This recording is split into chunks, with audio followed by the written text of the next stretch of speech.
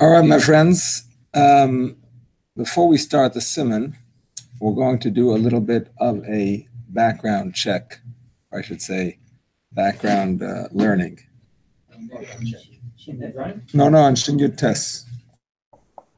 We're going to learn some of the Gemaras, which are the source for this Siman. And yes. Hopefully this will help us.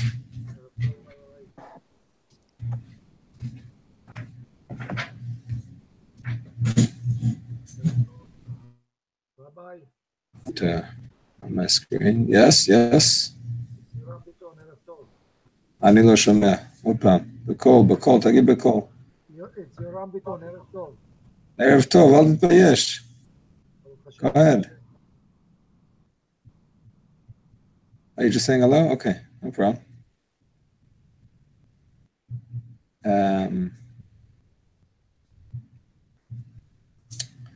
Okay, so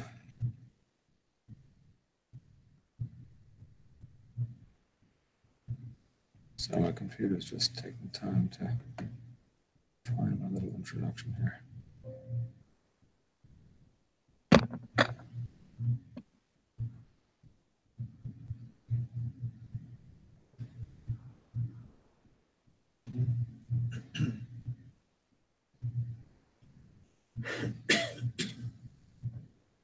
All right, I'm not finding it. So what do? I'll just open it up on the Safari. You doing something after Shanitas? Shin Chaf and Shin Chaf Aleph. Then Chazara, test, and new Chadshos and Shabbos, correct? Here it is. Okay, so the Gemara in Shabbos says, Tanar Baran, and this is of course about the Malacha of Boyer, which they did in the Mishkan in the process of making the herbs for the spices with which they dyed not the tcheles, because that wasn't really an herb, but the Telas Shani and the Argamon. All those were made with various herbs, and those herbs had to be processed after they were grown, which was, of course, Chayrish and Zareya, and Koitzer, and Ma'amer, and Dash, and then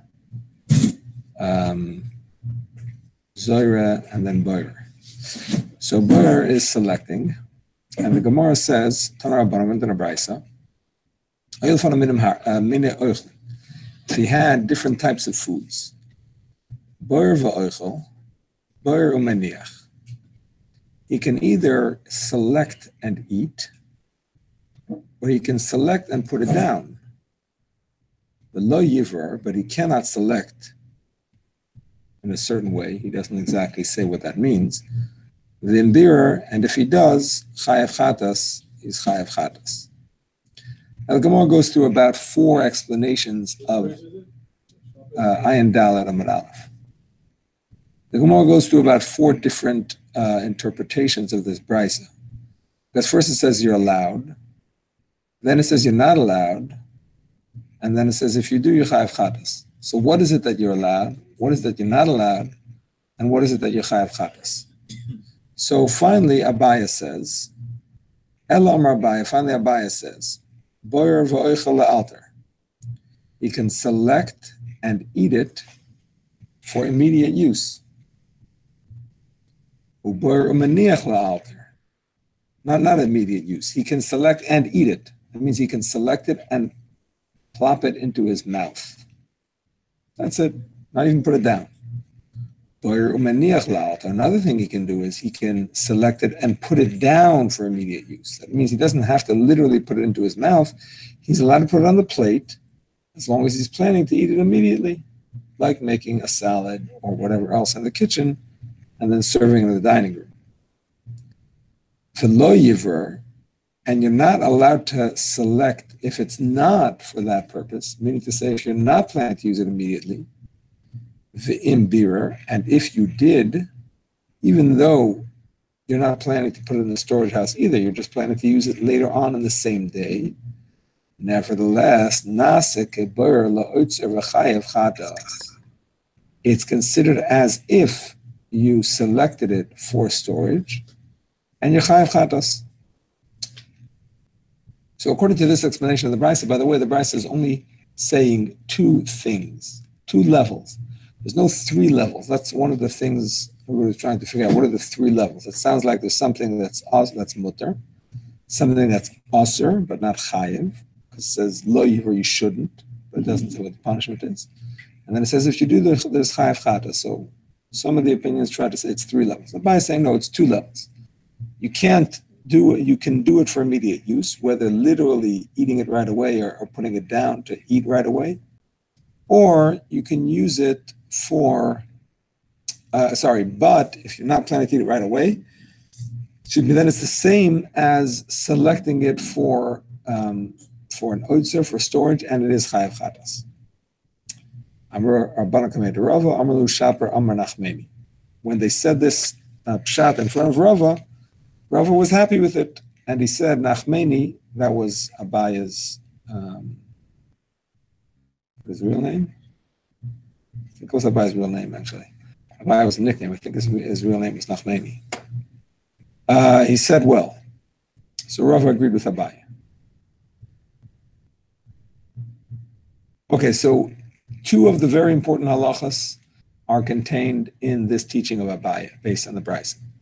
First of all, if you are doing boyer to eat immediately, it's allowed. Second of all, if you're doing boyer but not to eat immediately, even later on the same day, it's not only not allowed, it's a very severe violation. This is, I'm sorry? This, he doesn't say. We're going to get later to where we know that from. But right now, he doesn't specify.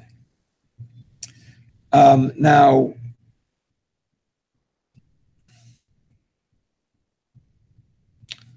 I'll say something I don't remember. Oh yeah, by the way, this is something the Mishnah Berurah brings as an example of something as to why you have to learn Hilchos Shabbos. In his Akdama to Chela Gimel of the Mishnah Berurah, the Mishnah Berurah explains why it's so important to learn Hilchos Shabbos. He says because a very small difference could mamish be the difference between a Chiyuv Chatas and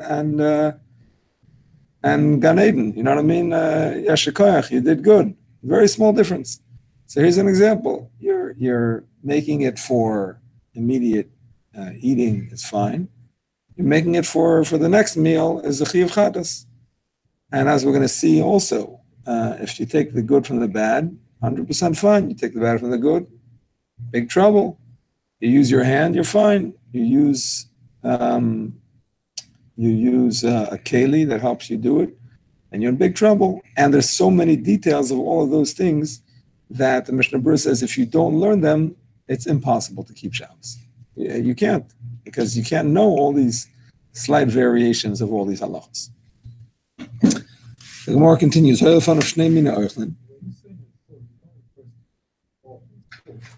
we're going to see about that. We're going to see about 4 6 spoons. So, the Gemara says further.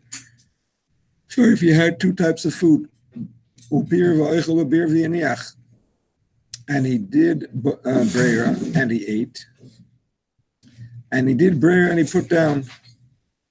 Rashi Masni Potter. Rashi says he's Potter. And he say he didn't do the right thing when he was Boyer V'Hiniach, when he put it down. But nevertheless, he's Potter. Actually,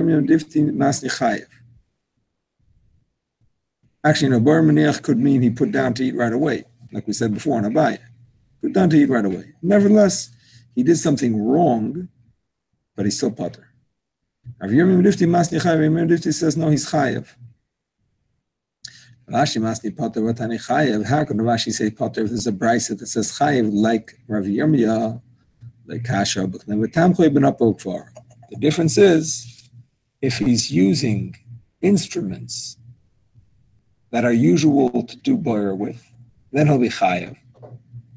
If he's using instruments, that are unusual to do boyer with, then he's potter. Again, if he would have used his hands only, well, about that we already had the previous price. And Rabbi said it's perfectly acceptable. So he did something wrong because he used kalim. The question is, what type of kalim did he use? If he would have used kalim that are not the normal thing to do this particular kind of borer with, then he would be fine. Then would only be an Issur Rabbanan. The keli helped him do the prayer, but it's not the usual way to sift this particular item. So it's like doing a malacha with a shinui. So he's potter. It's an Issur Rabbanan, but it's potter. Whereas if he would have used the particular keli, sorry, trying to get this right. If he would have used the particular keli that is normally used for this item, then it would be chayav chatas. The examples he gives are a napa and kvara. Those are the usual things to use. And a knoin and tamchui are unusual. Napa and kvara he translates as a sieve and a sifter. And these are things that are actually made to use for selecting. And knoin and tamchui he translates as a funnel or a plate. A funnel has one end that's wide, another end that's narrow. But it doesn't actually have any kind of like screen or something that blocks the the smaller pieces or larger pieces. But if you tilt it down, let's say you're selecting beans from dirt. So the beans are round, so they'll fall down, whereas the dirt is not, so it'll stay on the top. Something like that. So it's not the usual way because there's more sophisticated ways to do it. So it's not a chiyuv chatas, but it's still aser. Because if you're going to use a knoin and tamchui this time, next time you might come to use an actual napa and kvara, which would be an issur d'oraisa. Same thing with a tamchui. Sorry, tamchui is like a plate, a large plate, like a serving plate. So again, you could put the stuff on one side and then tilt it, and the item that's round might go to the other side. And depending on what's good, what's bad, you'll be able to separate it that way. Again, that's not such an easy way to do boyer, so it's not the usual way. But because it is with a keli, after all, it would be an issur d'Rabbanan. It sounds like panning for gold.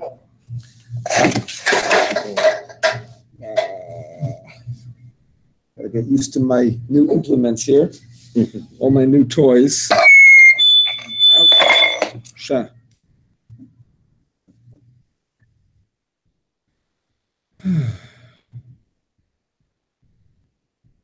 I hope that wasn't too loud. Too hot? What does that mean? No, I hope I wasn't too loud when I said my comment. I said it sounds like you're panning for gold.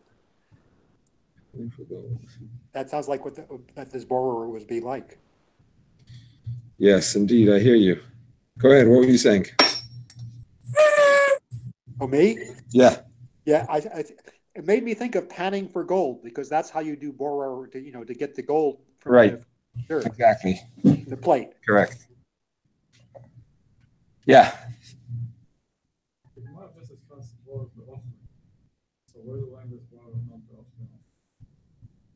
Now we're going to learn a different Gemara about it. The chiddush is that even with Eichlin, it's also boyer. The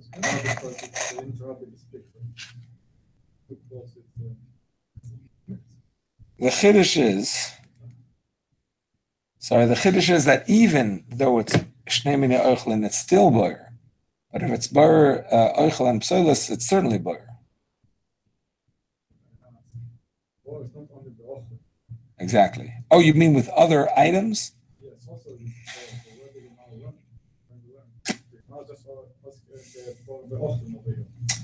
How do we know that boyer applies to different items that are not edible? I'm actually not sure if that's in the Gemara or only in the Rishonim. I don't recall coming across it in the Gemara. I think it's only later in the Rishonim that they say it. And I don't think everybody agrees with it. I mean, Lamaisa, that's how we paskin, but I think it's actually not in the Gemara, which is why there is different opinions about it. Yeah. But it is interesting that the Gemara's examples are by Mine Oichlim.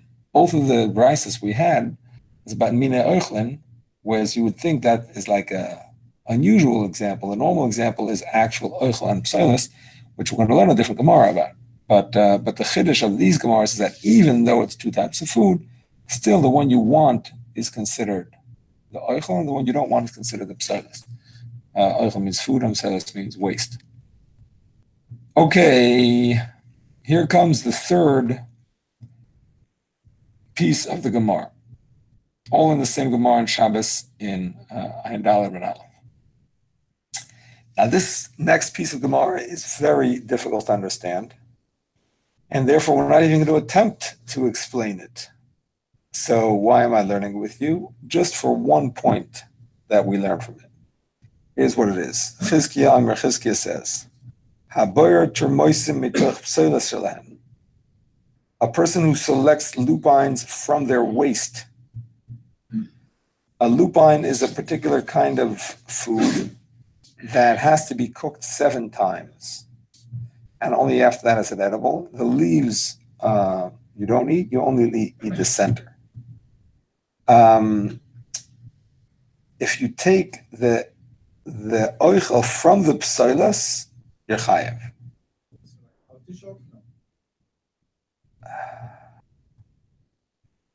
No, I don't think so. Is that what it is in modern Hebrew? An artichoke? I don't know. I don't think so. How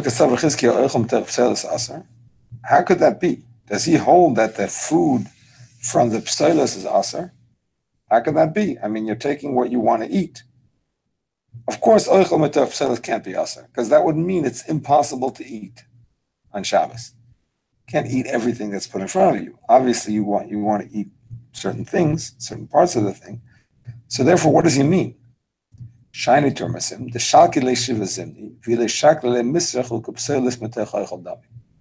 The Gemara says turmasim are different because after you cook them 7 times, the inside becomes very soft and it goes bad easily. So the inside is considered like psoilus compared to the leaves, which are considered like oichel.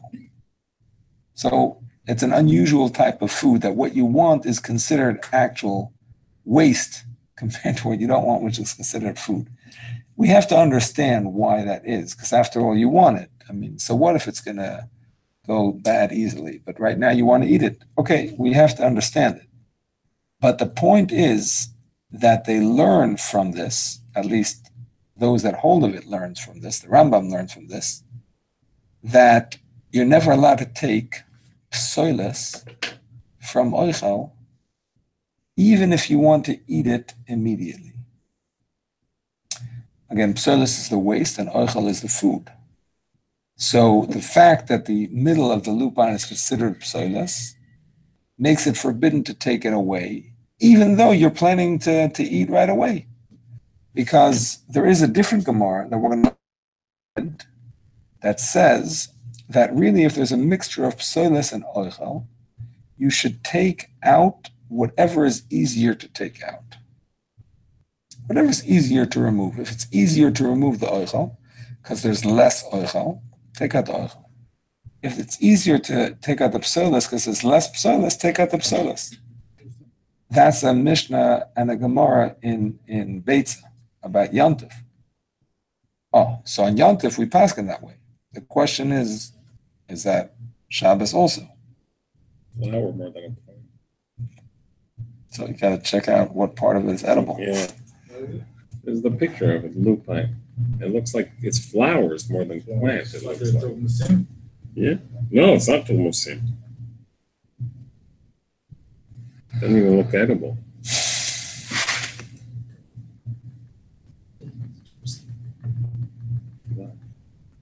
It's almost, from what I understand, the Gemara is not this. What, Google? Yeah. Lupine. It doesn't.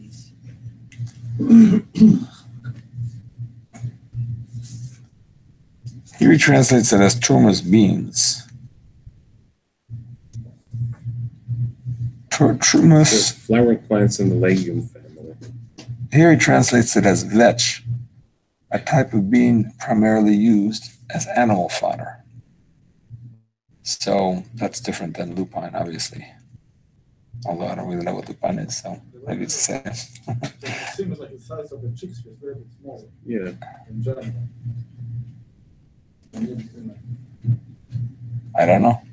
Yes. Gemara says that it's not allowed to be eaten, even though it's the ochel, it's not allowed to be eaten.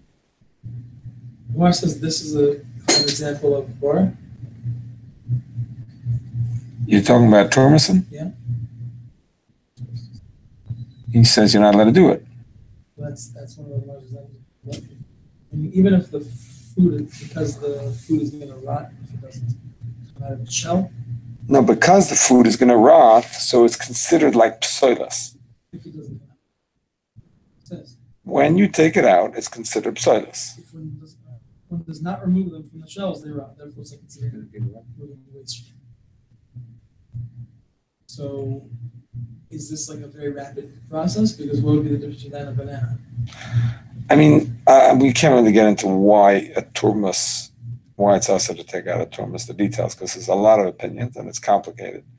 So we'll save that for later. But the point is that the Rambam uses this as a proof simply that psoiles mitoch oichel is forbidden even for immediate use, as opposed to the Gemara we're about to learn, where it says you take whatever is easier to remove.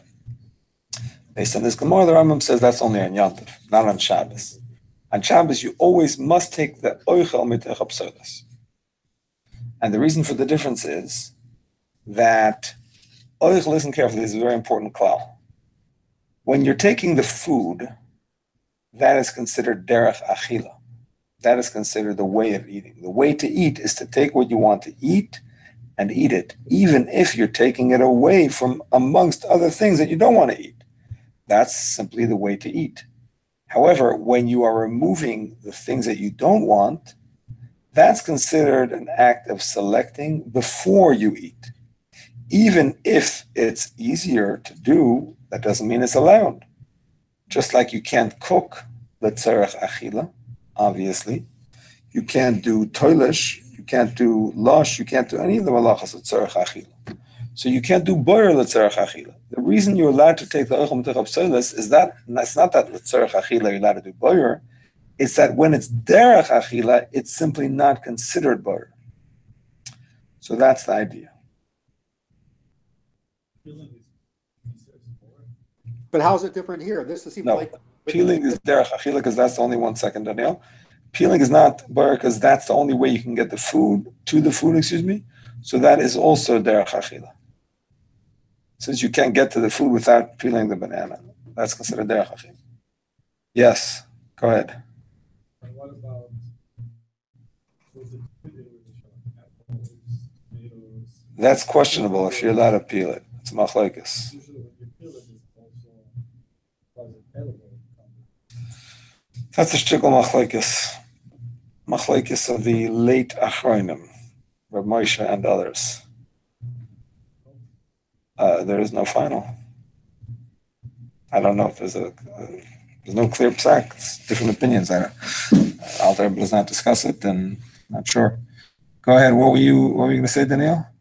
But it seems like the eating the hummus steam is derech achila for this particular food. I can't get into terms now. Sorry. Even if I wanted to, I couldn't. Okay, no problem. Why do you mention that the pyramid is part of the fruit of the Rebbe Schwartz, the kind of just as three things that is stood? Whoa. Why you call it like is a sticker stood?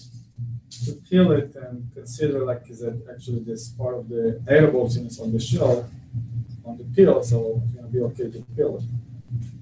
What are you asking? You sound like you mean Zalzel on this opinion that Not a Zazen. I think Rav Moshe allows it. I'm not It gonna. says shtickle machlokas. Shtickle machlokes. I didn't say shtus. Yeah. Shtickle means a little bit. It's a little bit of an argument. I'm not being mezalzel. Rav Moshe, if I'm not mistaken, Rav Moshe says it's allowed because it's That's the way food. that you eat it. No, it's not the way you eat apple. You can eat apple without peeling, but because it's an edible part of the apple, so it's not butter. But I think Rav Shlomo Zalman says that because most people don't eat the peel, once you peel it, even though it's edible when it's part of the apple, Most people don't eat peel. after you peel it, Oh, You eat apple. after you peels. peel it, after you peel it. I'm saying starving people will eat anything, but I'm saying, and if you don't peel it, plenty of people eat the peel.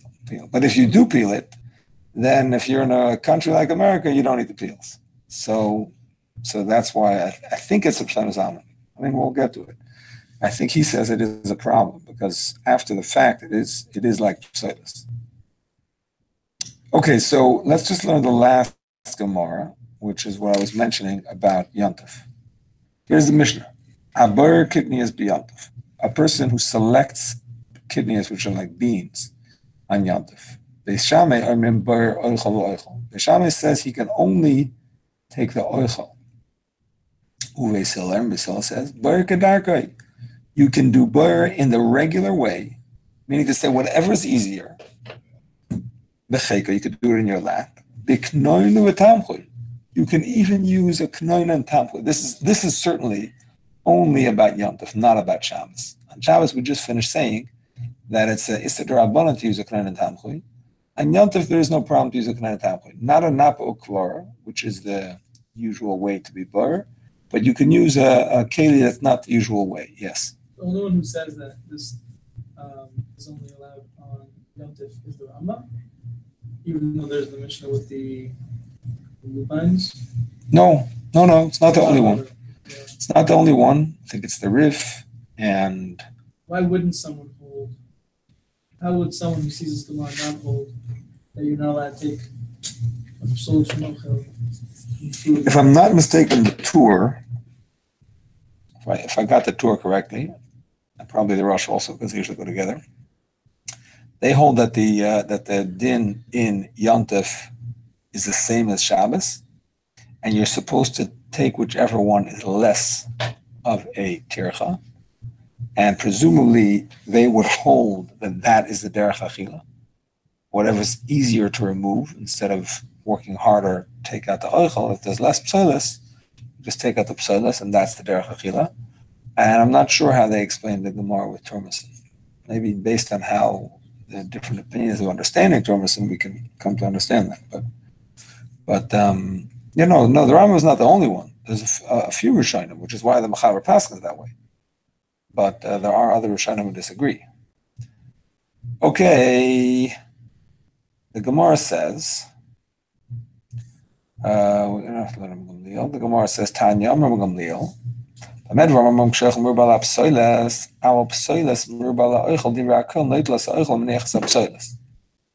Gamliel said, when do we say that you should do boyer kedarka, whatever is easier, when there's more oichel than psoilus? So then boyer kedarka, take out the psoilus. But if there's more psoilus than oichel, then noitel esa oichel. You take the oichel and leave the psoilus, which is also really kedarka actually. So what does he mean? The Gemara actually questions what he's saying. How could you possibly take the oichel away from the psoilus? Who would even allow that? There's different ways of learning pshat, but some say that if the psoilus merba oichel, it should be considered muktzah, because it's a majority not edible. And the way he explains it is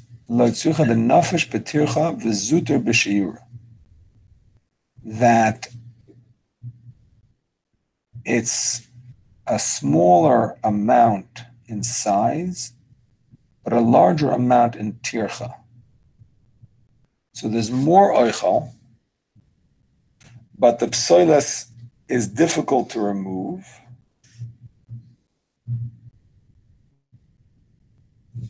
Normally, if there's more oichel than psoilus, you remove the psoilus. Over here, even though there's more oichel than psoilas, you remove the oichel because it's a bigger tircha to remove the psoilas. Because it's small, it's hard to find, so you just take out the psoilas. There's also different ways of learning Pshat in this Gemara. I don't know if we'll get back to it and explain the different ways, but the bottom line is that when it comes to Yontif, we say that what you're supposed to do is you're supposed to take out whatever is easier to take out. Meaning to say you take out either the psoilas, if there's less of it, or the oichel if there's less of it. But if it's a bigger tircha to take out the smaller thing, because it's small and it's hard to extract, then you take out the bigger thing. That's the kitzer. Again, many opinions about the Gemara and Beitza, and maybe we'll get back to it and explain it later. Greater. The time for the tircha. You want to minimize your tircha. Yeah. Correct. So according to the Rambam and those that go in his opinion say that this is only talking about Yontif. So on Yontif, really, letzorech oichel nefesh, for the purpose of food, of eating, you're allowed to do malacha. So you're allowed to do boyer, even if it's the bad from the good. But the Chachamim want you to minimize tircha. On Yontif, they don't want you to be doing extra work. So therefore they said do it in the easiest way possible, which usually means to take out the item that there's less of. But if that's a problem, if that's difficult because it's hard to get, so then you take the item that there's more of. Whatever is easier to remove. It's all about tircha according to those opinions. But again, the other Rishonim who say that this applies to Shabbos also will say that the normal way to select before eating is whatever is less tircha. And that therefore becomes the derech achila, even if it means removing the psoilas. So that's the opinion of the Torah. The Machaber and the Shulchan Aruch doesn't even bring down that opinion. Totally doesn't bring it, not even as a Yesh Einram. The Ramah doesn't bring it down. Only if it's not the usual one. You can use a tool, but not the usual one. No, on Shabbos you can't use any tool. But on Yom Tov you can use a tool, but not the regular tool. Okay, no, that seems like a regular tool, unless it's not the tool for this particular type of thing. But if it's the regular tool for this type of thing, can't use it on Yom Tov.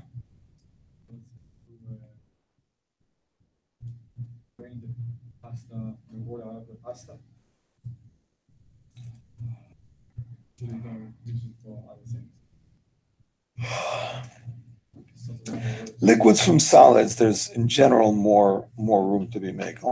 Liquids from solids, because there are, in general, perhaps even with tools, perhaps, because some say that Ber doesn't apply there. So even the liquid is not drinkable. No, some say that liquids and solids are not considered to be mixed, considered to be separate. So I'm not sure on Yom Tov if one has to be strict, even using a tool. But I'm not going to say for sure. Liquid and solid, I don't consider it's mixed. Right? No, I didn't say that. I said it's a machloikas. Machloikas. And that therefore on Yom Tov, I doubt we would be strict, but I'm not 100% sure. So 1 second.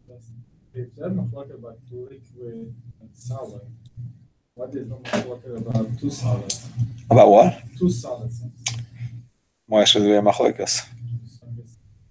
Can be born from two solids. Can't be born. Mixed. You cannot. Cannot, because two solids that are mixed. Even so they don't mix. Even so it's just one mixed, the other. They are considered mixed. And two liquids are also considered mixed. A solid and a liquid, maybe, because they're so different, maybe that's not considered mixed. But two solids that are mixed.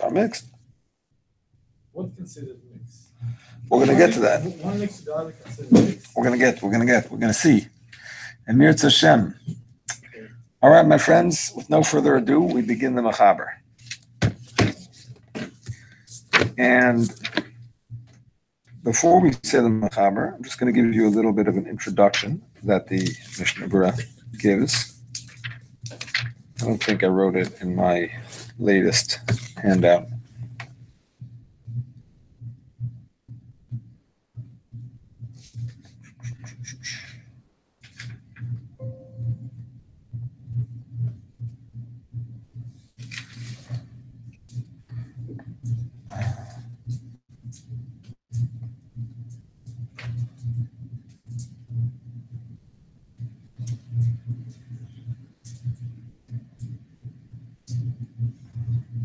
Where am I?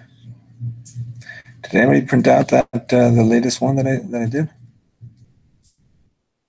The one that I sent it at 7:30? Did you print that one out? That's this one. No. No, 7:30? Okay, so you didn't. It's fine. I'll send you an updated one for tomorrow.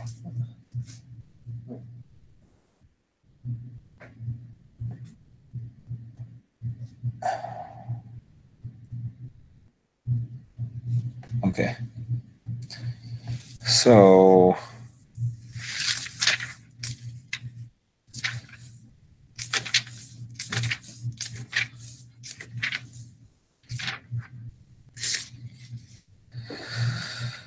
okay, the Mishnah Berurah says, as an introduction, in order for a person to be over on an Isser Boyer Minat Torah, there are three ways. Number one, if he takes the bad from the good, then it's an Isser D'Oraisa regardless of whether he uses a keli or he uses his hand, and regardless of whether he is doing it for immediate use or only for later use. That's number one. Number two, if he is using a keli, if he's using this specifically a designated utensil to be boyer this thing that is usually selected with it, regardless of how he takes it, whether it's good from bad or bad from good, regardless of whether it's for immediate use or not, it's, again, a chiyuv charas, it's a Torah violation. And finally, if he is taking the good from the bad, and it's by hand, it could still be an Isser D'Oraisa if he's not planning to use it immediately, if he's planning to use it later. Again, three ways to transgress in a biblical fashion in boyer. Either to use a keli, regardless of any other details, the specific keli used for this type of prayer, or to take the bad from the good, regardless of anything else, or for later use, even if it's by hand and good from the bad. Question? You learn from different issue. That if you did issue not allowed, they could become awesome. Yeah. It's gonna be the same thing on if you did something broader. It's gonna be allowed to use this food. It can be awesome for you to the best. Like Yes, how it works. I hear your question. So the Pri Megadim says that it will become aser. Same as Bishul.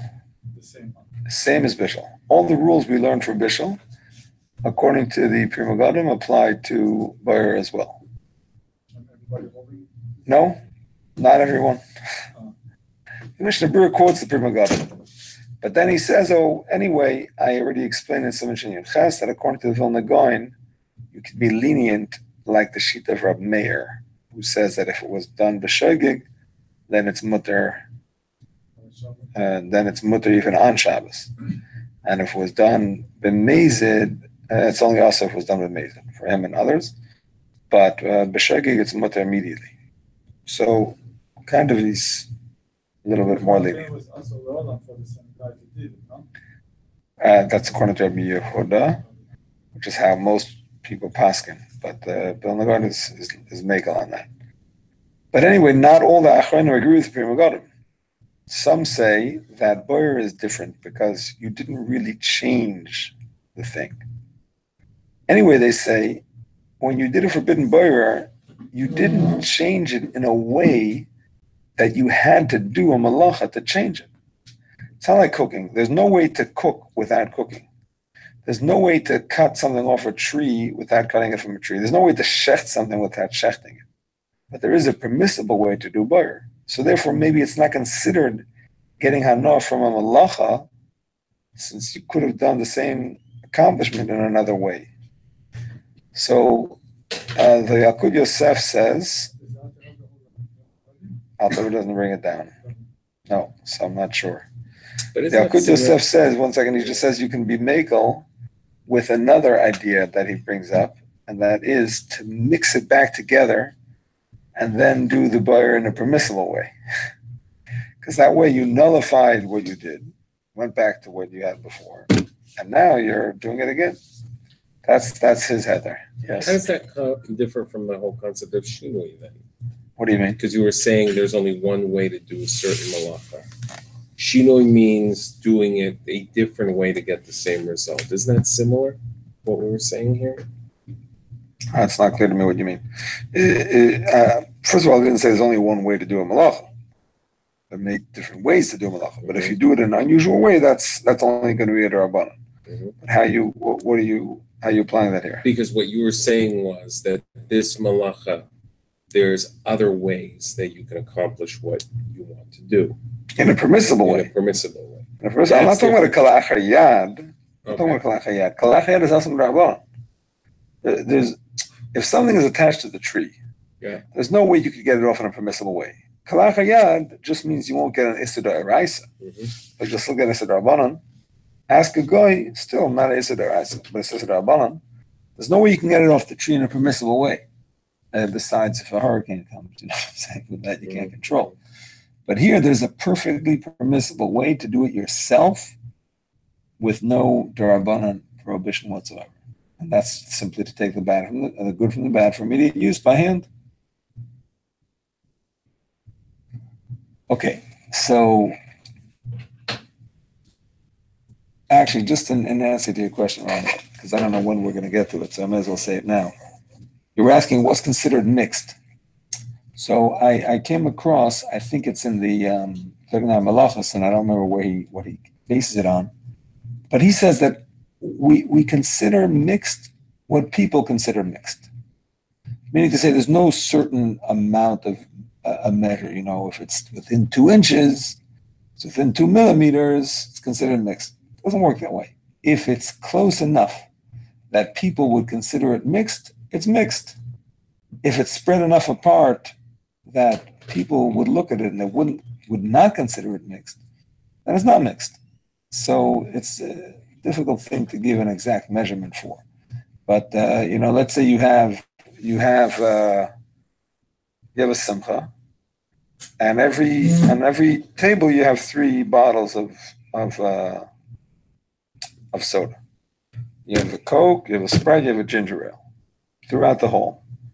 So if you tell somebody, you know what, let's take the Cokes back, that's not going to be boyer because they're not mixed. They're spaced. You know what I'm saying? On the other hand, if you have them all in a box, that is mixed. If they're just randomly placed in the box, that is mixed. So how do you know, how close is it mixed and how far is it not mixed?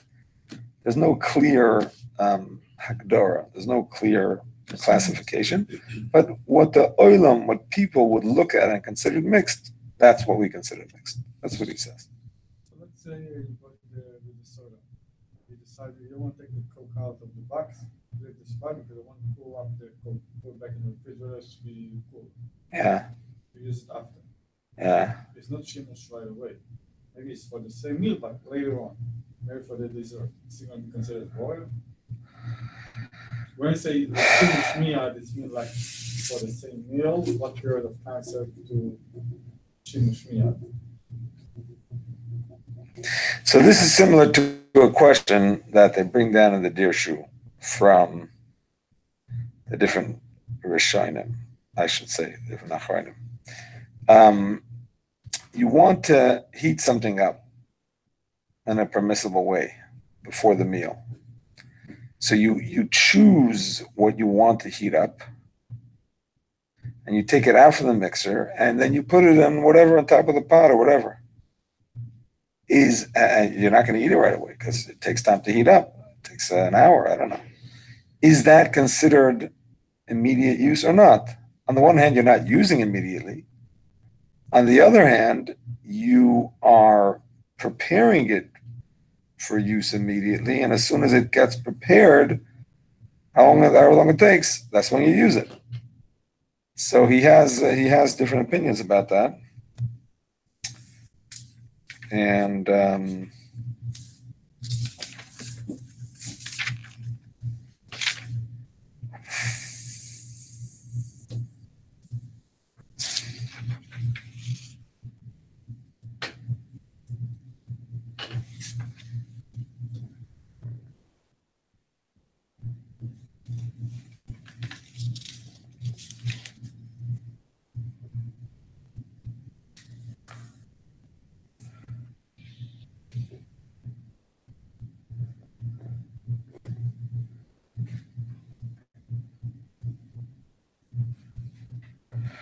he brings an interesting thing from Reb Shlomo Zalman. Reb Shlomo Zalman says if that's the normal way to eat the food, to heat it up first, so then it's all considered part of the tzarech achila. That's the normal way to eat it. If it's not, it's like optional, then not. So with soda, I don't know. Is that considered the normal way? Some people don't have to have cold soda. Most people want cold soda.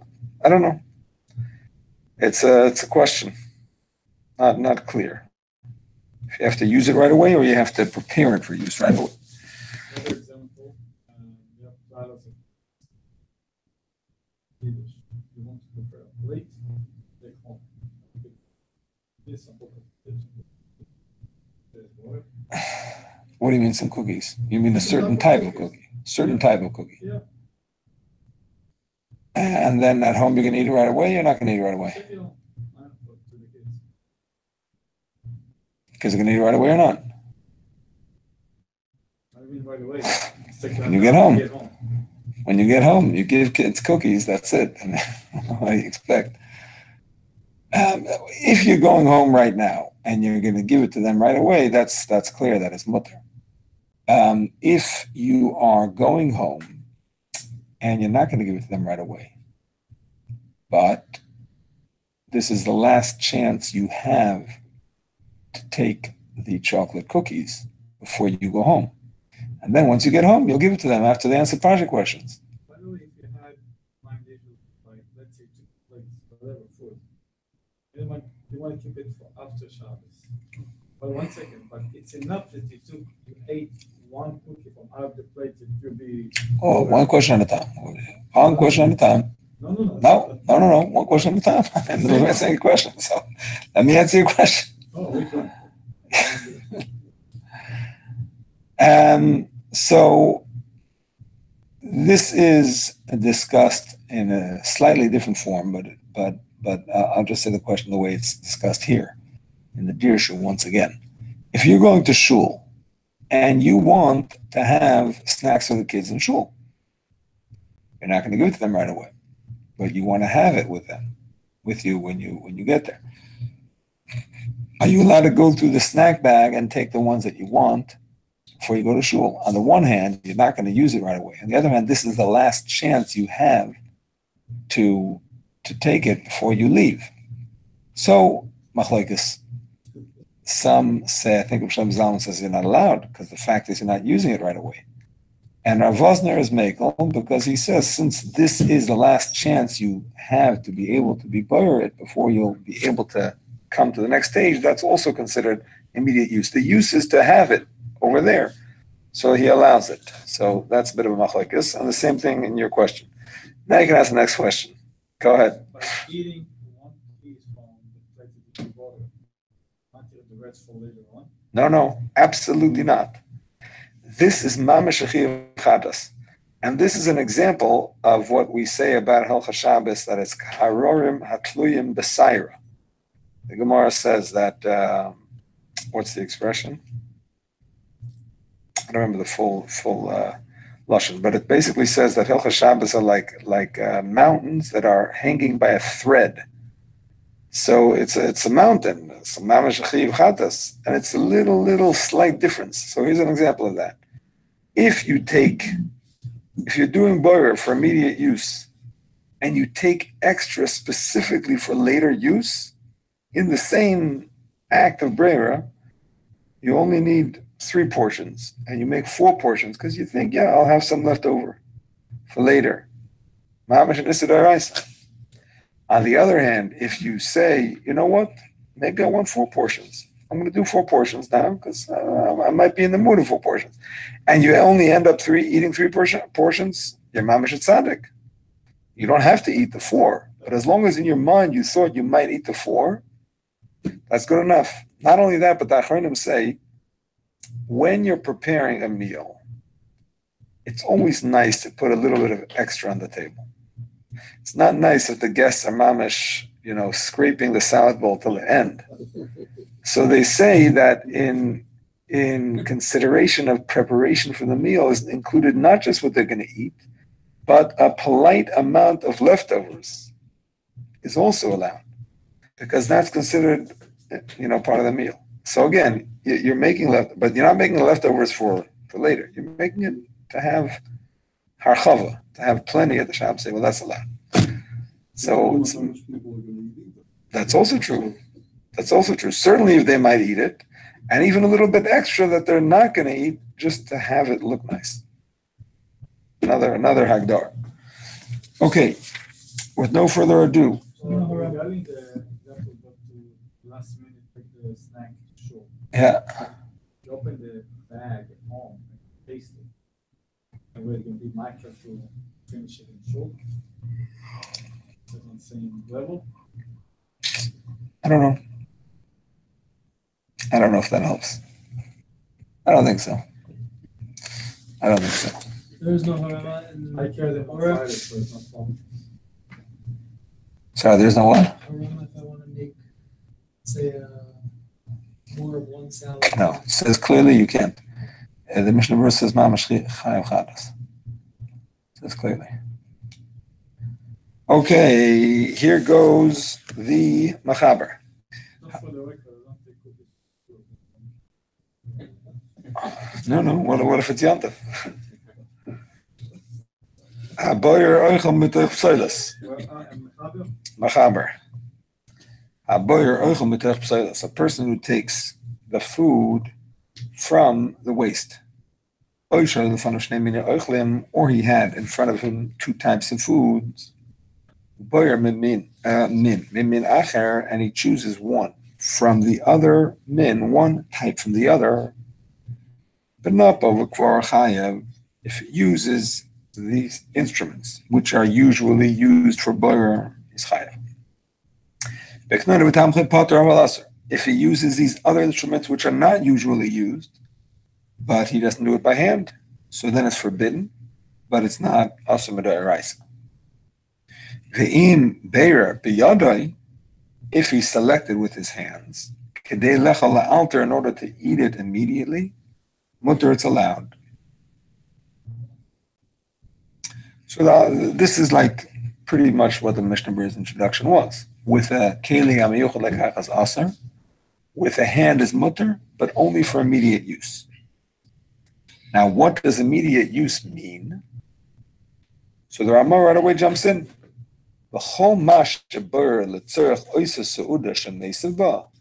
Anything that you're preparing for that meal that you're sitting at, miyad, immediately, nikri la'alter, is called la'alter. How long before? He doesn't talk about how long before. He just says as long as it's for the coming meal. And even if it's for the dessert. Even for the dessert, exactly. And if it's a long meal, because you have a lot of people, it's all considered acceptable. So according to Chalo, we say boil biyado, so it's going to be mutar. Basically, it says that I'm allowed to take the solid out of the good. Biyado is going to be mutar. Who said? How did you get to that?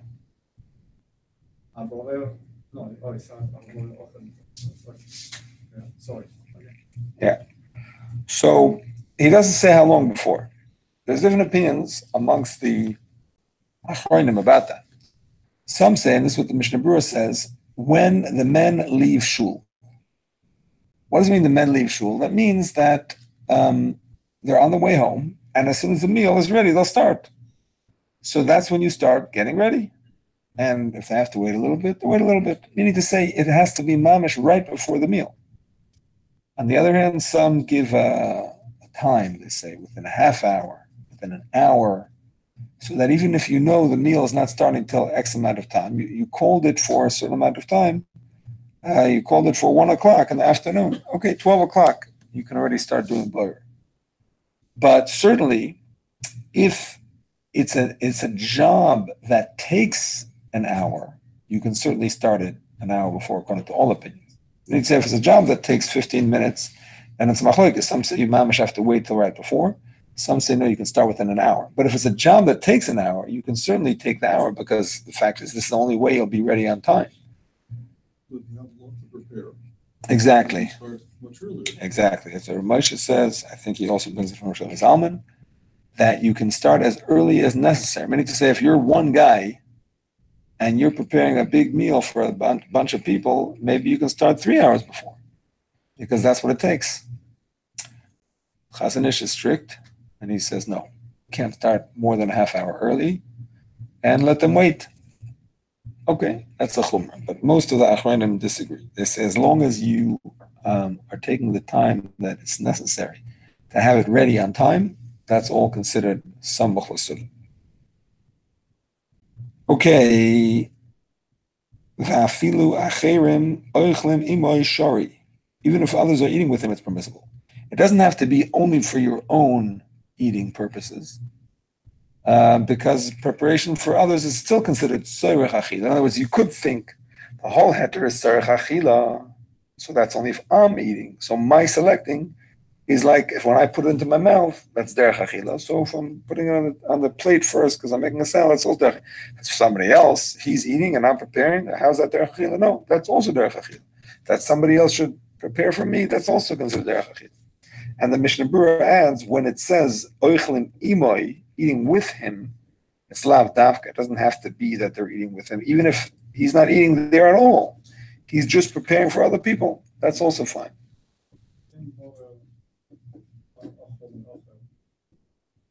Type of food you mentioned. Yep. Do I have to make an action with the food that I don't eat, or it's enough that I just picked up the food that I do? On the contrary, you shouldn't make any action with the food that you So don't if I eat. didn't like move it a little bit aside, it's not a problem. What do you mean by that? If this one type and this another type, and I just took what I want to eat without moving the other one. Perfect.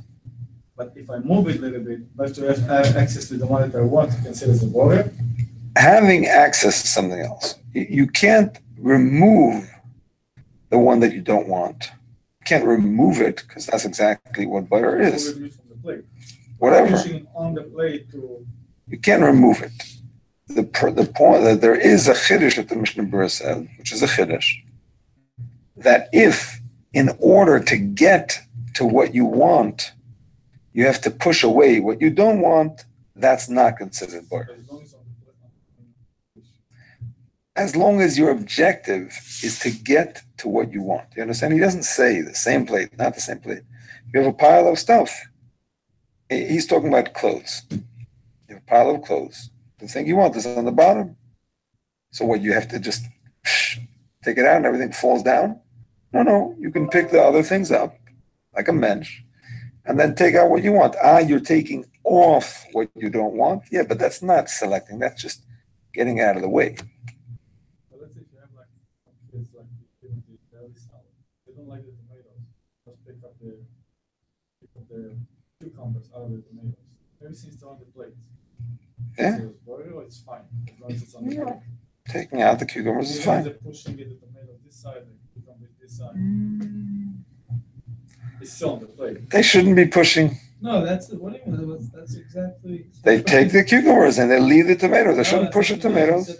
They should leave the tomatoes right where they are. After the tomatoes are the only ones there, then they can put them aside. But while they're doing it, they shouldn't be pushing the tomatoes. Shouldn't be, or it's an insert? They shouldn't be.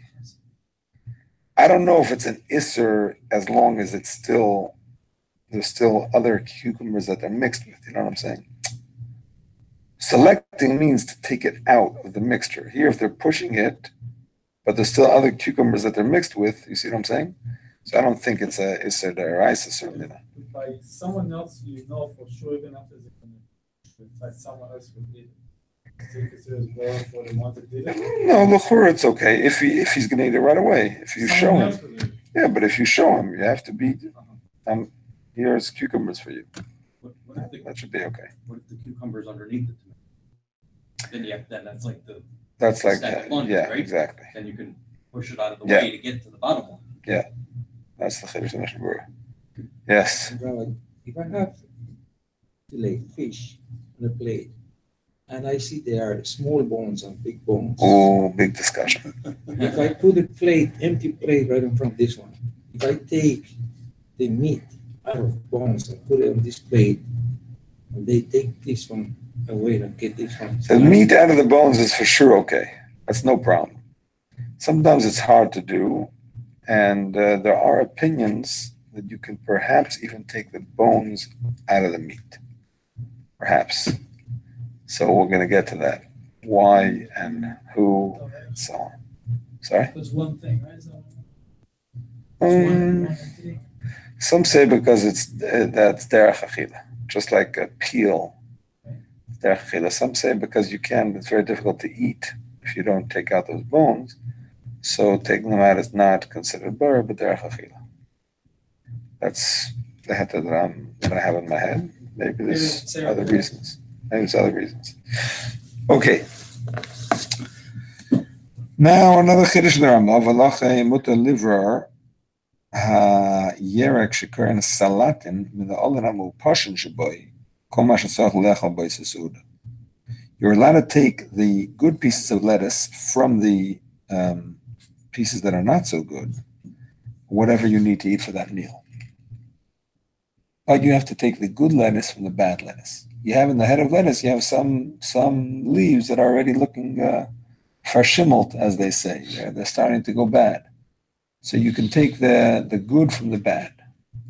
The Magen Avram says an important point here. If you take the bad from the good, that means you remove the bad lettuce. Not allowed, but it's not a chiyuv chatas.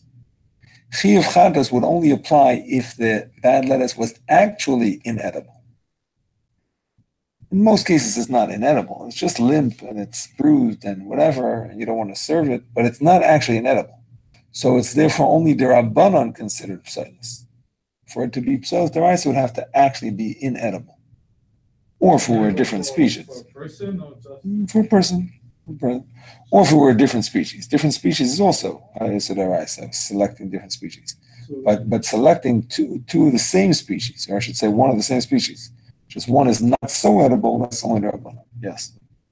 That's my question. All right. Very good. We're going to go a little bit further in the Mechaber before we go over to the Alter Rebbe. Haboyer oichel mitach apselis biyadoi lahanicha yafil bebayim nasik eber loitzu v'chaya. This is exactly Abaye. Based on the Mechaber. A person who selects good from bad with his hands to leave it even for eating later on in the day, he's not leaving it for after Shabbos, for later on in the day. Nevertheless, nasik eber loitzu v'chaya. It's considered as if he did the boyer for an otzer and his chai, for a storage house. Excuse me. Moving right along to Gimel.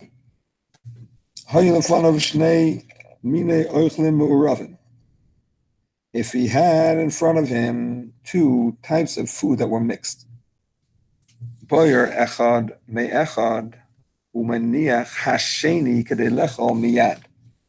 He removes one from the other, and he puts down, meaning to say he leaves the second one in order to eat it immediately.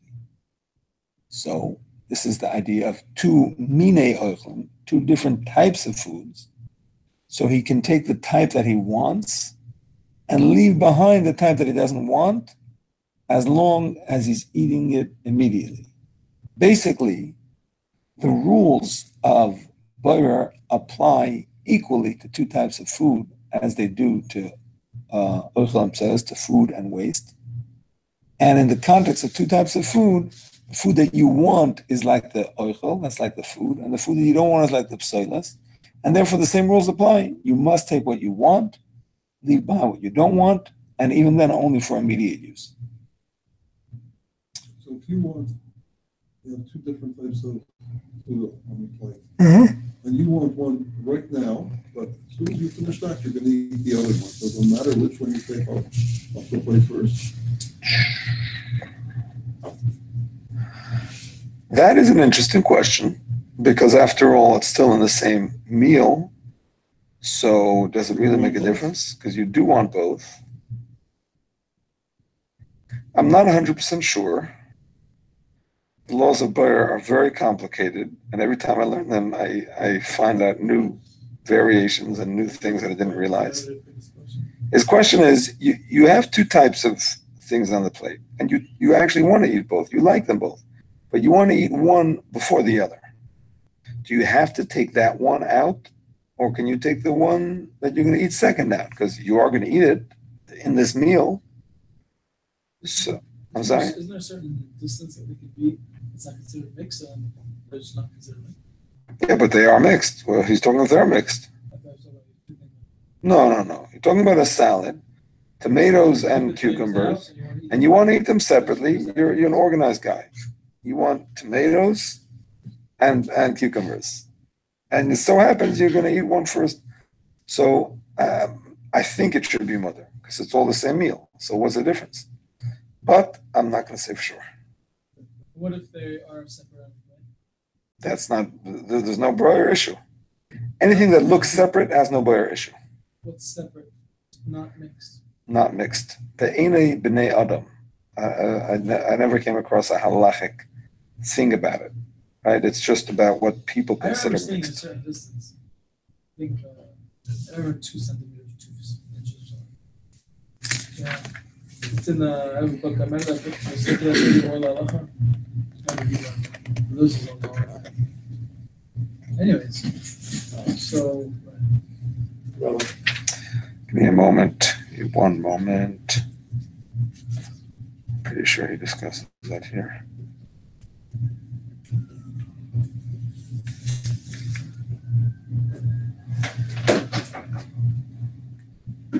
Uvegeret ha'aroivus das ha'gran karelitz she'ein geder muchlet mahu ha'aroivus ela toled over b'das b'nei adam shim nachshavim beineim adrom k'muravim ze bazer dinim k'taroivus v'mlav einim dinim k'taroivus b'chein das ha'gash v'ozner.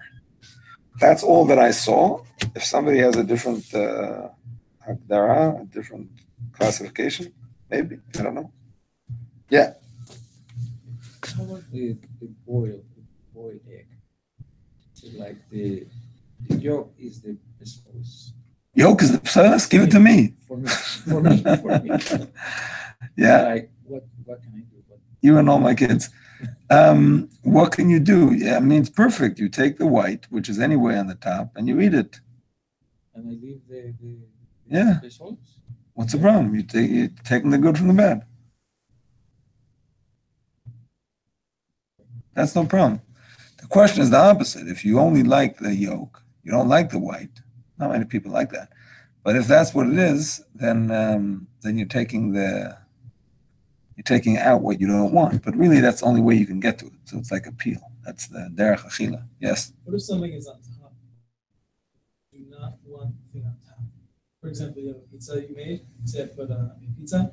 I put tomatoes on pizza. Okay, then it wasn't Shabbos. Oh, it is Shabbos, but I have pizza. So the tomatoes, let's say it's not that, you put tomatoes in the cheese and the tomatoes just sticking out because they're red. Rather, it's cheese and then tomatoes. I can easily just peel off the tomato. Just take off, not even peel off, just take off the tomato. Is that considered mixed? If it's first the tomato, then you put the cheese on top. So then, right under, etc. But if you put cheese, then toppings, and you don't want the topping.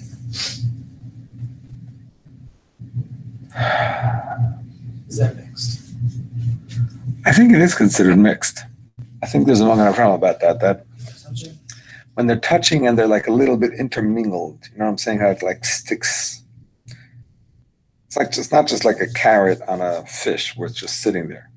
Tomato, because it gets cooked in. Let's go more simple. Let's go carrot on fish. I don't know if carrot on fish is considered a mix. There it's just sitting. But the thing is with the tomatoes, when you cook it, it kind of gets, it gets meshed a little bit. There's a chiddush of the Magen Avram that when something is a little bit at the point of contact, where it's a little bit meshed together, that becomes an issue of bar. But a piece of carrot on top of a gefilte fish. I don't think it's bar. I don't think it's bar. I reserve the right to take that back within the next couple of weeks as we're learning, but I think it's not. Let's say there's sushi and they put dressing, right? A dressing on the sauce. That's already mixed. That's already. No, we put on each sushi roll. They put a squirt of the sauce, mayo, spicy mayo. So just wipe it off. That's already, where it's touching. It's. Yeah, it's not so simple. Not simple.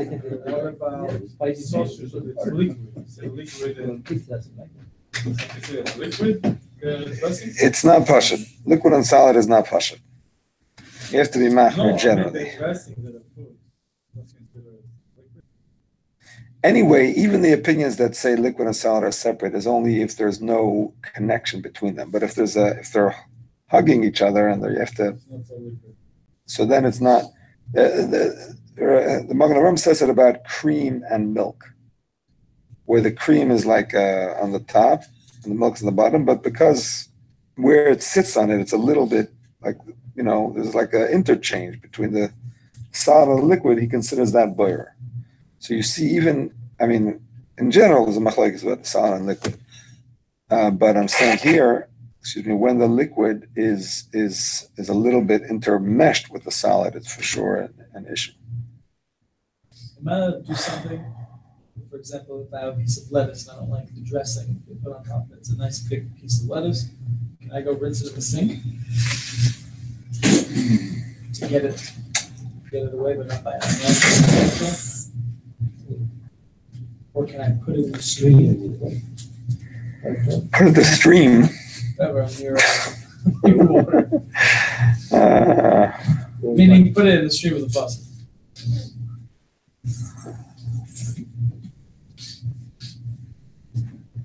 What's your argument? Give me your svara. I don't know. It's not me doing it. That was what I was thinking, but no, it is me doing it. But I was thinking maybe because it's the water that's rinsing. I don't know. Water, using water for boyer is a problem, not a solution in general. That's one of the ways they used to do boyer. I'm saying one of the ways they used to do boyer is put like beans, let's say, and the peels would float to the top. So that could be an actual the use of water.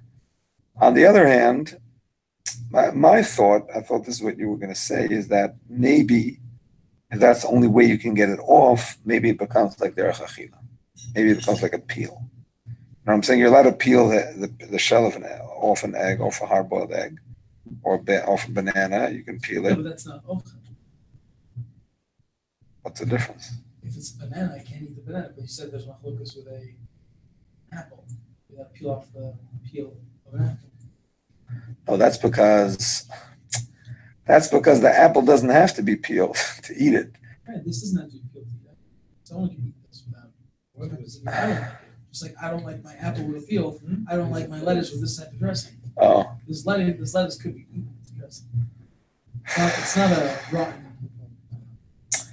I don't know.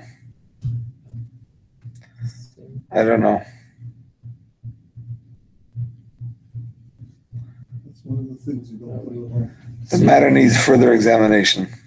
Same scenario, but instead of water, wiping it off. Same question. Same question. All right, my friends, let's continue. Ushnei mine dagam. Could he put the lettuce in the sink or on a plate and wash his hands and cleans it off. It's not direct. It's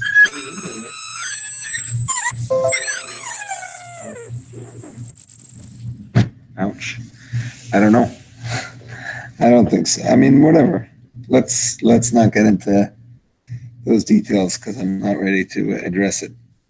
Ushnei mine dagim, mikru shnei mine oichlim, says the Rama. Two types of fish are considered still in Gimel. Two types of fish are considered two types of foods. In other words, it doesn't have to be fish and vegetables. Two types of fish are considered two types of food. The Mishnah Berurah adds, by the way, two of the same foods cooked differently are considered different foods. So roast chicken and cooked chicken are considered two different species. Shalach manos, exactly.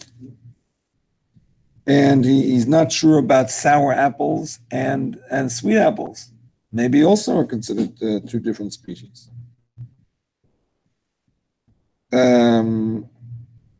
Certainly different types of... Like green apples? Yeah.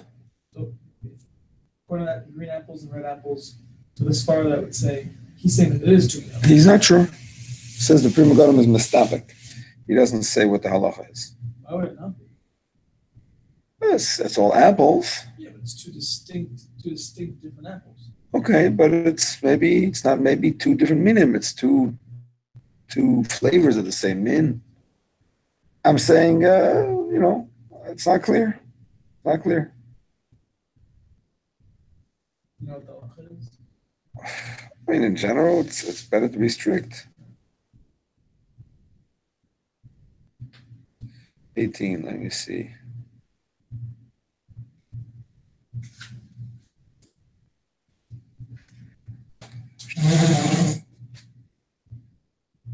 He doesn't say. He doesn't bring down a hachara. Okay, my friends. Weiter in the Ramah. You can only take one from the other with your hand for immediate use.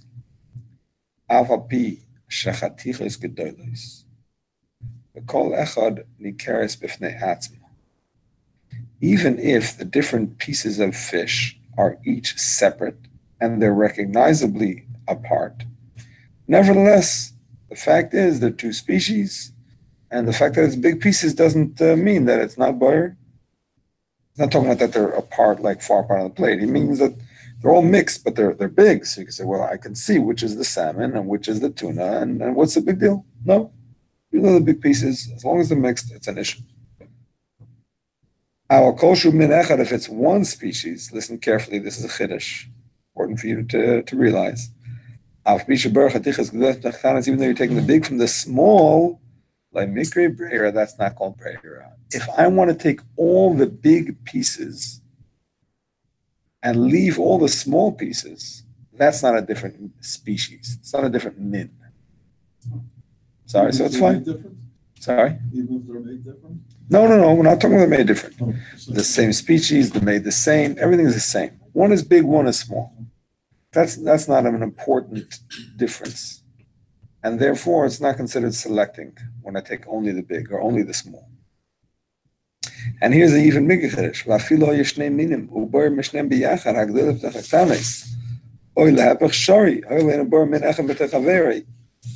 If I have two species mixed together, I have my tuna and I have my salmon, and I want to take out all the big ones, that's not boyer.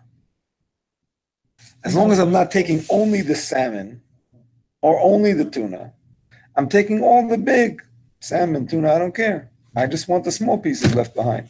That's not boyer. I can take even what I don't want out, because that's not called a different species. Now, that being said, if people consider the bigger one to be a different species, then it is different. I'll give you an example. When it comes to cutlery, big fork and a little fork, it's a whole different thing. One is for fish, one is for a main course. It's different.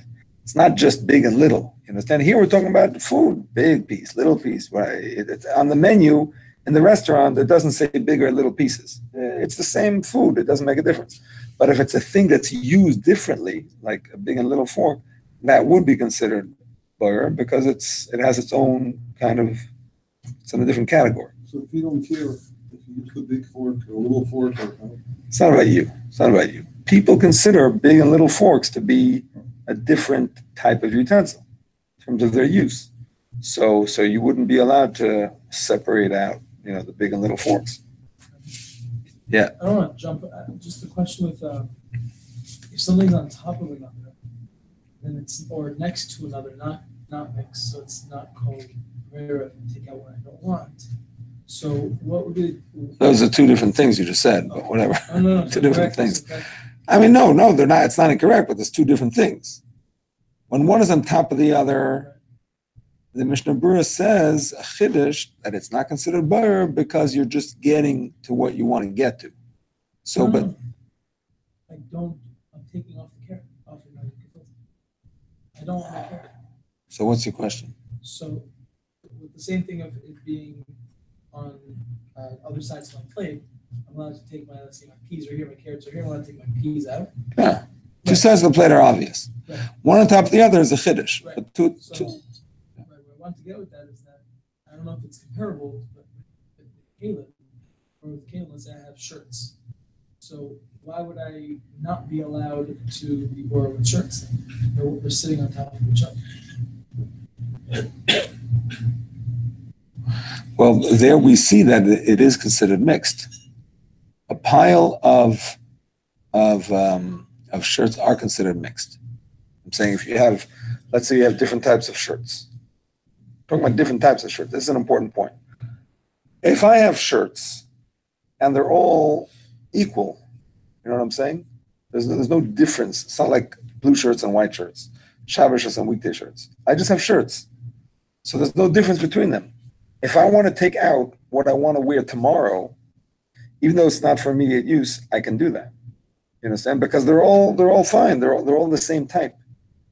It's not bare. I'm just qualifying your question. In order for your question to be a question, there has to be different types of shirt in the pile. Let's say laundry or Whatever. laundry. Yeah, no, whatever. Different type. Yeah, polo shirts and button downs. Let's say, and you want to take for tomorrow. You want to take a button down shirt. You want to put it by your bed, nice and organized. So when you get up, you'll have it ready. So that is definitely a shaila of boyer. No, it's not a chana. You're allowed to prepare on Shabbos for Shabbos itself. You can't prepare for after Shabbos. No, this is Friday night for Shabbos morning. So that is considered mixed. I just don't know if one carrot on one piece of fish is considered mixed. That's my thought. A bunch of shirts, different shirts, that's a mixture. My thought is that a carrot on a fish is not a mixture. That's my thought. Maybe I'm wrong. I don't know. No, I didn't say that.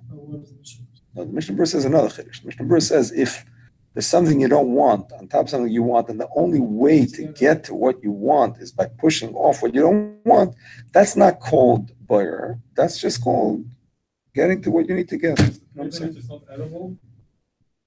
Want it on top? Yeah, if that's the only way you can get to what's on bottom.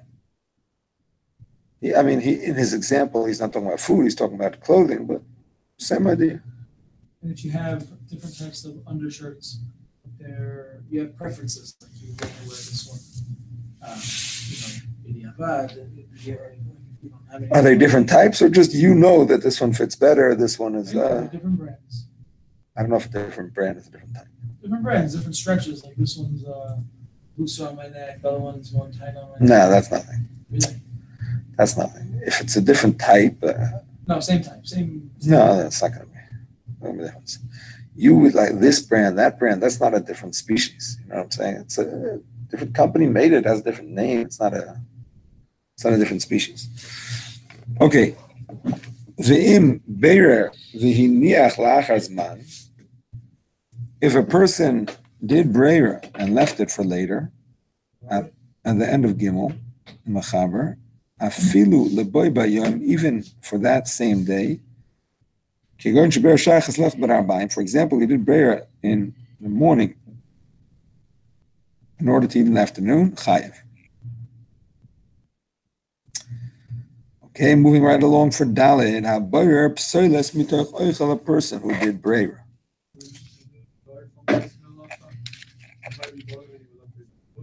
I told you, it's machlekes. Haboyer psoiles mitoch oichel. A person who does psoiles mitoch oichel, afilu b'yadei achas, even with one hand, chayev. Don't think that if you use only one hand, you have a heter. Say it's kalachayad. It's not kalachayad. People sometimes do boyer with one hand. What if it is? The assumption is it's not kalachayad. That's the assumption. And so, in other words, the normal way of boyer is that you sometimes use one hand. For that it's not chayiv. It's still asma rabbanon, but it's not chayiv.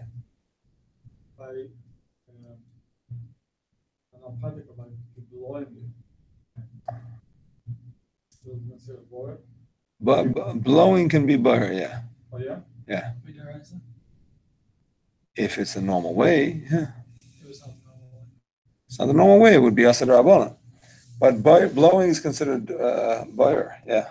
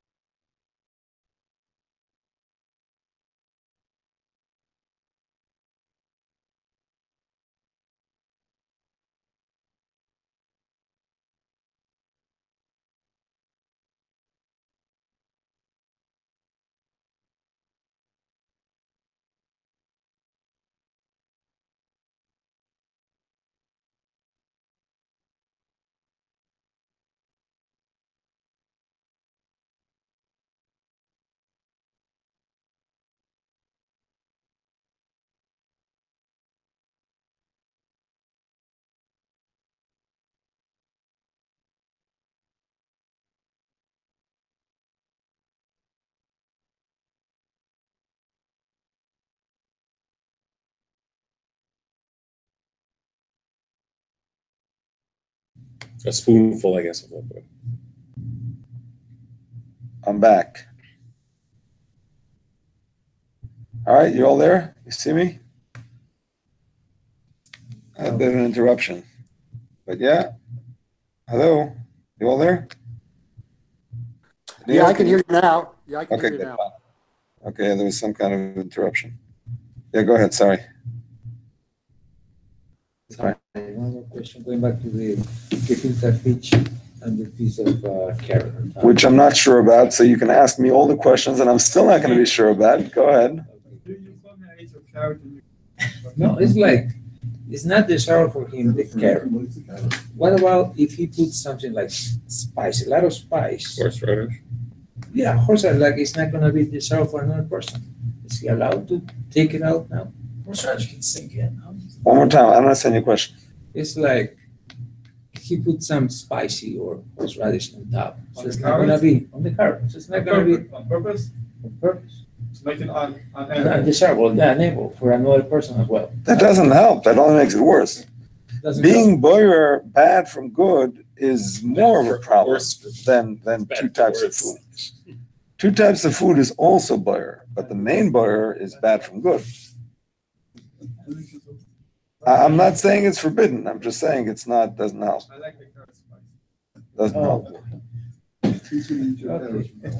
Okay. Okay. You can eat around it. Haggah says the, It's the only way to eat. We talk about where? Right. I'm in the end of Dalit. The end of Dalit. Afilu oichel meruba. Here the Ramah,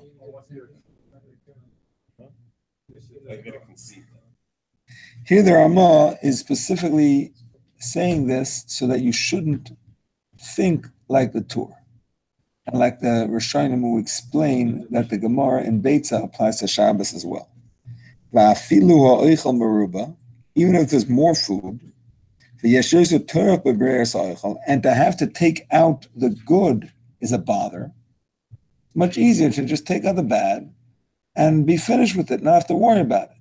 No. You have to take out the good. Nevertheless, you still cannot take out the pselas even for immediate use, because the whole point is the way the Mechaber and the Rambam and many Rishonim Paskin is that it's when you're taking out the good from the bad, that's considered derech achila. Whereas if you're taking out the bad from the good, that's not derech achila. Regardless of how much easier it is, that's not considered derech achila. That's considered an act of bar prior to achila. So therefore, it's going to be a problem. But you could do it on Yom Tov. On Yom Tov, yes, because on Yom Tov, the tzorech echel nefesh, you're allowed to do malacha. You're allowed to cook. So you can do bar also for immediate use. No, I think not even only for immediate use, even for later on in the day, I'm pretty sure. It's the easier one, yeah. It's the easier one. I'm pretty sure it's even for later in the day. I have to look it up. But if you read the program the proper way, let's say the good out of the bed.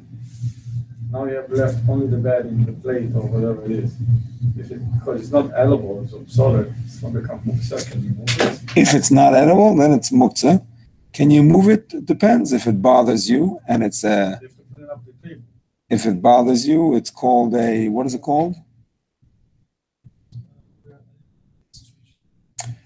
Graf shari. Graf shari is if you have something that's disgusting, so then you can remove it.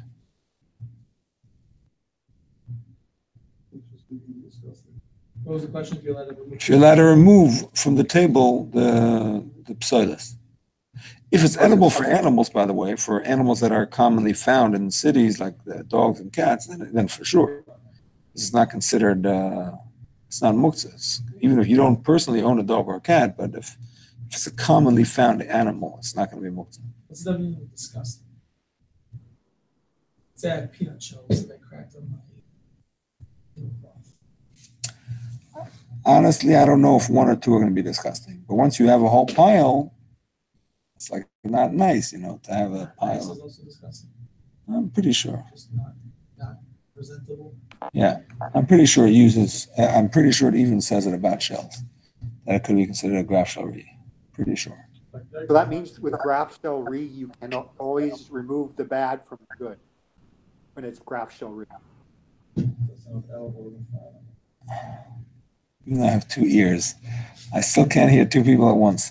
1 second, Daniel. Ronnie, what were you saying? I feel like eggshell, we're telling it about the garbage can, so you have to do it. It's Yeah. It's not edible. Yeah. It does say that einoisim graf shel re'ila chatchila. You're not supposed to do it in the first place. It's only once it's made. So how do you get around that when you're eating shells? I don't know. So I once said if you put also what I usually do in seeds, let's say I have a plate that I'm gonna put my shells on. So I put whatever it's half a quarter of a handful, and then once. So it's buses for both. You're saying? Yeah, I hear. Yeah, go ahead, Daniel. Sorry. So as a general klal, if ochel is somehow mixed with graf shel re or anything like that, you could always remove. As a general klal, could you always remove the graf shel re from the ochel? No. When I said about moving graf shel re, I wasn't talking about it in reference to breira. I was talking about it in reference to muktzah. The fact that you're moving shells, if it's a graf shel re, if it bothers you, that's not going to be a muktzah issue. But if it's mixed in, you can't take out the bad from the good just because it bothers you. Are you such a left group? How did that happen? All right. Let's get started on the Alter Rebbe, since we do have 4 minutes, and we should definitely not waste them. Here goes in. Any chance I finished Sifei now. I haven't. I finished it. No. There's another thing. We'll save that for another time. I'm sorry. I would love for that to be a minion. Where is Yosef? Yosef, are you around? No, I don't see him here.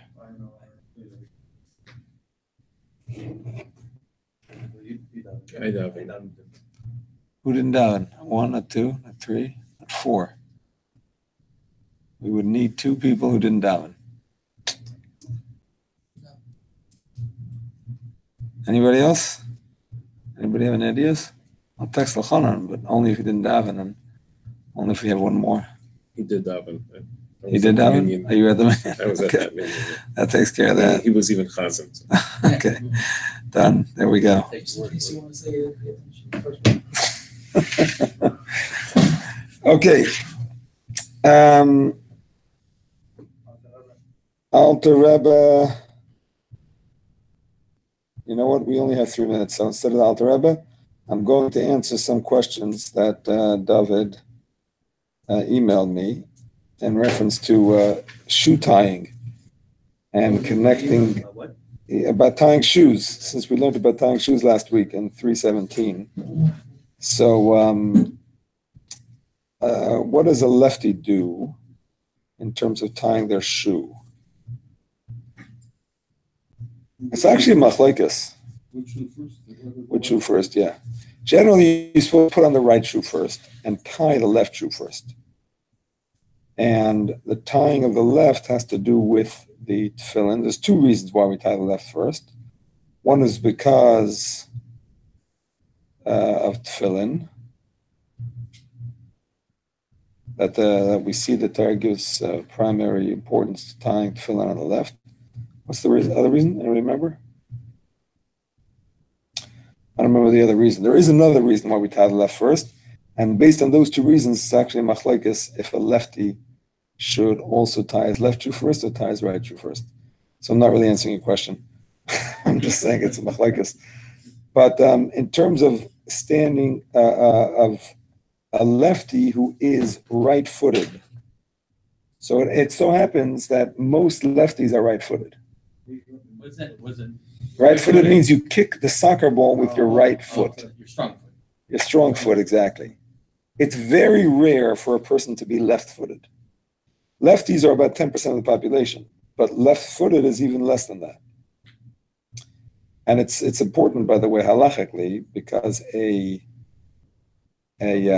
person who's a left-footed person, if he has to do chalitza, unfortunately, due to a death in the family, whatever, he has to have a special chalitza shoe. Chalitza shoes are special shoes. They're not. You can't just use any shoe, especially manufactured, to have go up all the halfway or wherever up they're supposed to go up to the knee, and special laces that tie and whatever. And if he's a left-footed person, it has to be on the left foot. It has to be made special.